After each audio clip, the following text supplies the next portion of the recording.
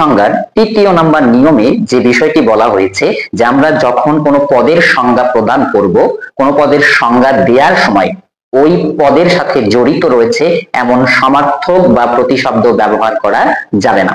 অর্থাৎ যৌক্তিক সংজ্ঞার ৩য় নিয়মটি হচ্ছে সংজ্ঞার ক্ষেত্রে কখনোই সমার্থক বা প্রতিশব্দ ব্যবহার করা যাবে না। যদি কোনো পদের সংজ্ঞায় আমরা সমার্থক শব্দ ব্যবহার করি তাহলে একটি অনুপপত্তি ঘটে যার নাম হচ্ছে চক্রক সংজ্ঞাজনিত অনুপপত্তি। তাহলে ৩য় নিয়ম লঙ্ঘন করলে যে অনুপপত্তি ঘটবে তার নাম হচ্ছে চক্রক সংজ্ঞাজনিত অনুপপত্তি। তো আমরা কিভাবে বুঝবো যে এটি চক্রক সংজ্ঞাজনিত অনুপপত্তি? এখানে কয়েকটি উদাহরণ রয়েছে, খেয়াল করো।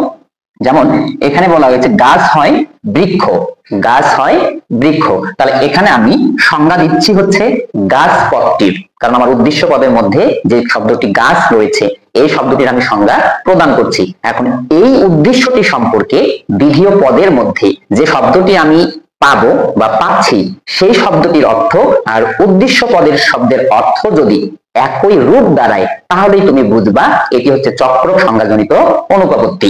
যেমন ধরো এখানে বিধেয় পদের মধ্যে রয়েছে কি বৃক্ষ, তাহলে গাছ এবং বৃক্ষ এরা হচ্ছে সমর্থক শব্দ, অর্থাৎ গাছ মানেও যা, বৃক্ষ মানেও তা, তার মানে এটি হচ্ছে চক্রক সংজ্ঞাজনিত অনুপপত্তি। এরপর খেয়াল করো এখানে বলা আছে ফুল, আর বিধেয় পদের মধ্যে বলা রয়েছে পুষ্প। তাহলে ফুল এবং পুষ্প দুটির অর্থই একই দাঁড়ায়, তার মানে এটিও হবে চক্রক সংজ্ঞাজনিত অনুপপত্তি। ৩ নাম্বার যদি দেখি রান্নাঘর, আর বিধেয় পদে আছে হেসেল। রান্নাঘর মানেও যা, হেসেল মানেও তা, তার মানে এটিও হবে হচ্ছে চক্রক সংজ্ঞাজনিত অনুপপত্তি।